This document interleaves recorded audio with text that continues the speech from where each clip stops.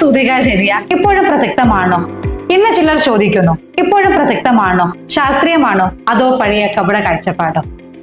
ആയുർവേദം ഒരു പരമ്പരാഗത ശാസ്ത്രമാണെങ്കിലും അതിന്റെ മൂല്യം ഇന്നും കാലഹരണപ്പെട്ടിട്ടില്ല.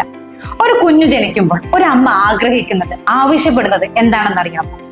ശരീരത്തിനെ പുനരുദ്ധീകരിക്കുക, മനസ്സിനെ ശാന്തമാക്കുക, അതേപോലെ തന്നെ മാതൃത്വത്തിലേക്ക് സൗമ്യമായി കടക്കാനുള്ള ഒരു ചുറ്റുപാട്, ഒരു അന്തരീക്ഷം, അല്ലേ?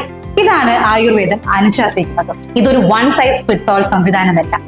ഓരോ അമ്മയുടെയും ശരീരഘടന, അവരുടെ പ്രസവ രീതി, കാലാവസ്ഥ, അവരുടെ അഗ്നി എന്നിവയെ നിരീക്ഷിച്ചതിന് ശേഷം നടത്തുന്ന ശാന്തവും അതേപോലെ തന്നെ ശാസ്ത്രീയവുമായിട്ടുള്ള പരിചരണമാണ്.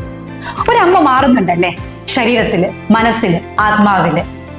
സൂതികാചര്യ വെറും എണ്ണ തേപ്പും മസാജ് മാത്രമാണ്? അല്ല. വെറും ലേഹ്യം കഴിപ്പിക്കലാണോ? അല്ല. എന്നാൽ ഒരുപാട് ഭക്ഷണം കഴിപ്പിക്കലായിരിക്കും അല്ലേ? അല്ല. ഇതൊരമ്മയുടെ പുനർജന്മ പരിചരണം.